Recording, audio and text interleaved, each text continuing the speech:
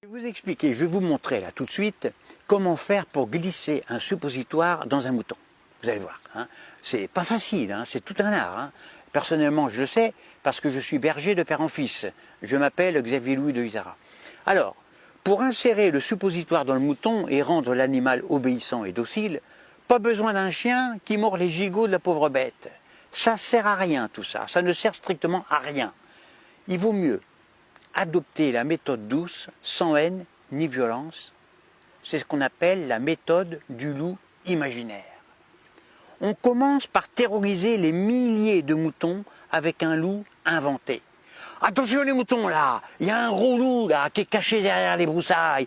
Il a des oreilles pointues, de grandes dents et des yeux cruels qui crachent le feu et injectés de sang. Forcément tous les yeux des moutons se fixent immédiatement sur ce loup fabuleux. Les moutons sont tétanisés, ils tremblent de toutes leurs pattes, les milliers d'yeux convergent vers ce loup imaginaire. Il y en a même qui l'aperçoivent, de leurs yeux vus, ils en sont persuadés, ou ils l'entendent. Il est là, il dit je le vois, je l'entends, alors qu'il n'existe pas. Pendant que les moutons sont obsédés par le loup, eh bien, on leur glisse gentiment le suppositoire, et hop, le tour est joué, c'est facile. Ils ne sentent rien, c'est pour leur bien, ils sont contents.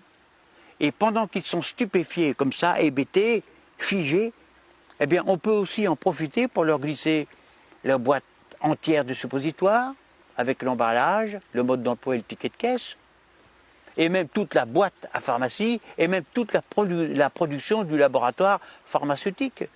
Ça rapporte de l'argent tout ça, hein? Eh bien avec cette technique du loup imaginaire, le bon berger peut en profiter aussi pour leur tondre la laine. C'est toujours ça de gagner en plus. Hein? Il peut aussi les stériliser s'il en a envie.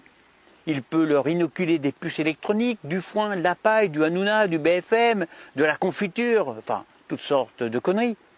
Le bon berger peut aussi les mener tout simplement et gentiment à l'abattoir. Et dans les bétaillères, dans les camions qui les mènent à la solution finale, c'est-à-dire boucherie, charcuterie, eh bien, les moutons sont heureux, en totale sécurité, enfin débarrassés du méchant loup. Ils se frottent les uns contre les autres, la laine, quand ils se frottent la laine, ils sont bien. Ils remercieront encore le berger de les avoir alertés à temps. Alors certes, ils ne seront pas mangés par le loup, ouf, on a eu chaud, ils sont contents. Mais ils seront égorgés, dépouillés, dépecés, dévorés par leur bon pasteur, leur protecteur, alors que c'est lui le berger qui les envoie chez le boucher. La force de la méthode du loup imaginaire est que le troupeau de moutons considérera toujours leur berger comme leur sauveur. Alors bien sûr, il y aura toujours un ou deux moutons noirs qui essaieront d'éveiller le troupeau. Ah ouais, non, c'est pas vrai, tout ça, c'est des conneries, etc. Ça sert à rien tout ça, en vain. Parce que la parole des sages est toujours noyée, étouffée, ridiculisée par la bêtise générale ambiante de la médiocrité, de la masse. Allez, à bientôt pour une prochaine vidéo.